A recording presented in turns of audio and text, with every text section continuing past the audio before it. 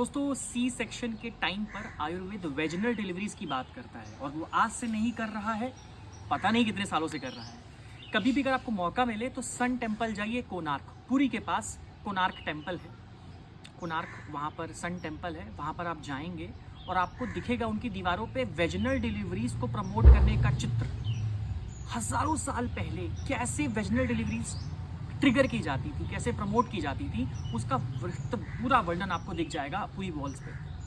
आम की लकड़ी का धूपन, योनि धूपन के माध्यम से 9वें महीने में योनि धूपन सामग्री एकत्र करके, औषधियाँ एकत्र करके एक इंस्ट्रूमेंट क्रिएट करके वहाँ पर योनि मार्ग से मांस से औषधियों का पाचन कराया जाता था, धूपन के डिफ्यूजन के प्रोसेस से, एयर डिफ्यूजन के प्रोसेस से, जिससे कैपिलरीज एक्शन से वो औषधियाँ ब्लड स्ट्रीम में आती थी, आपके गर्भाशय तक आती थी और वहाँ पर जो भी फिजियोलॉजिकल चेंजेस होते थे वो प्रमोट करते थे वेजिनल डिलीवरीज को। Not just deliveries but also postpartum जो भी समस्याएं फीमेल्स को हो रही होती थी, 9वें महीने की परिचर्या करने से वो सब कुछ सॉल्व हो सकता था। पर समय के साथ डाइल्यूशन आ गया, सवाल बहुत आ गए, क्यों करना है, कैसे करना है, कंटामिनेशन का डर आने शुरू हो गया, मौके नहीं दिए गए और सी सेक्शन ट्रेंड बन गया, कॉस्मेटिकली भी और एक तरीके से पब्लिक की डिमांड से भी सी सेक्शन फर्स्ट चॉइस बन गया किसी भी फीमेल के लिए।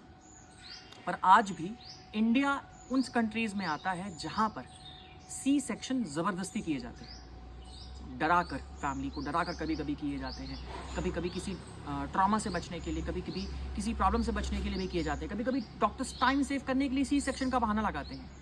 इंडिया और अन्य डेवलपिंग नेशन के साथ ये बहुत बड़ी समस्या चली आ रही है। हमारी सरकार को, हमारे हेल्थ सिस्टम को, हमारे डॉक्टर्स को ये समझना बेहद ज़रूरी है कि जो चीज़ नेचुरली पॉसिबल हो सकती है उसे ही प्रमोट करना चाहिए। मिनिमम रिस्क के साथ अगर आप एक होलिस्टिक अप्रोच लेकर, एक आयुर्वेदिक प्रोस्पेक्टिव के साथ अगर अपना गर्भाशय प्लान करेंगे तो हो सकता है कि आपको गर्भाधान के बाद, डिलीवरीज के बाद जो समस्या होती है फीमेल्स को, वो होना कम से कम होना शुरू हो जाएंगी। ऐसी बहुत सी चीज़ें आयुर्वेद में छुपी हुई हैं, अपने ग्रंथों में उसका वृहत वर्णन मिलता है, पर वो हमारी प्रैक्टिस से बाहर जा रही हैं क्योंकि इस पे बात करने वाले वैद्य कम हो चुके हैं, इसे प्रैक्टिस करने वाले वैद्य कम हो चुके हैं और इसका मजाक बनाने वाले लोग बहुत ज़्यादा हो चुके हैं, सवाल उठाने वाले वैद्य बहुत ज़्यादा हो चुके हैं। ऐसे कॉलेजेस भी बहुत कम हैं जहाँ पर ऐसी इन चीज़ों के बारे में, इन मुद्दों के बारे में बात की जाती है।